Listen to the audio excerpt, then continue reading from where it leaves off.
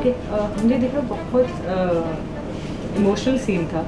सबसे पहले तो शारदा जी ने हाथ उठाया आप पर, तो किस चीज़ के लिए था? और थप्पड़ पड़ ही गया मेघना को उनकी स्वाभिमान को ठेस पहुंच गई, किस चीज़ के लिए? हाँ, एक्चुअली माँ को जो बात घर पे चल रही थी इतने वक्त से कि मैंने नैना को करण के कमरे से हटा के अपने कमरे में अपने साथ रखा हुआ था, ये बात पूरी बात जो है वो हम जानते हैं, मामा को पूरी बात पता नहीं था। जिस तरह से उनके सामने रखी गई, उन्हें बुरा लगा, उन्हें लगा कि बहुत गलत किया है मेघना ने, और गुस्से में उनका हाथ उठ गया।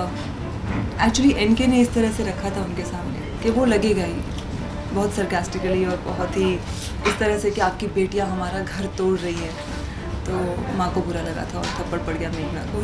But the very second moment Nirmala ji आए और उन्होंने सच बताया। उन्होंने कहा कि आप एक पहलू तो जानती हैं, दूसरा पहलू अब आप सुन लीजिए कि बहन को सिर्फ बहन की चिंता थी और सिर्फ उस फिक्र में उसने ये किया, तो उसने कोई गलत नहीं किया। और सच्चाई ये है कि करण को जो स्किन प्रॉब्लम है वो आज शारदा जी के सामने आ गई।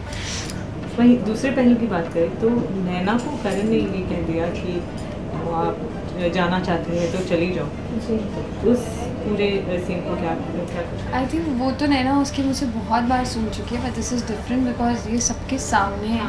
रूम में तो बहुत बार हो चुका है, चली जाओ यहाँ से, मेरी लाइफ से चली जाओ। और अभी इसलिए भी डिफरेंट है क्योंकि एक बॉन्ड बन गया था, they have been friends for a while now. इसलिए बहुत हार्ट ब्रेकिंग है and she wants to stay, फिर भी वो सबके सामने इतने गुस्से में बोल के जाए। एंड ऑल्सो शी नोज़ कि उसके दिल में वो नहीं है, वो सिर्फ नैना की भलाई चाहता है इसलिए कह रहा है। तो I think it's very touching and it's very heartbreaking. Lastly Naina का फैसला क्या हुआ, क्योंकि ससुर जी ने भी बोला है जी, आई थिंक बहुत बड़ा डिलेमा होगा क्योंकि वो रहना चाहती है, पर मेरी मम्मा भी जो ये देख रही है कि इसका पति खुद इसको यहाँ से जाने के लिए कह रहे हैं, तो लेट्स सी।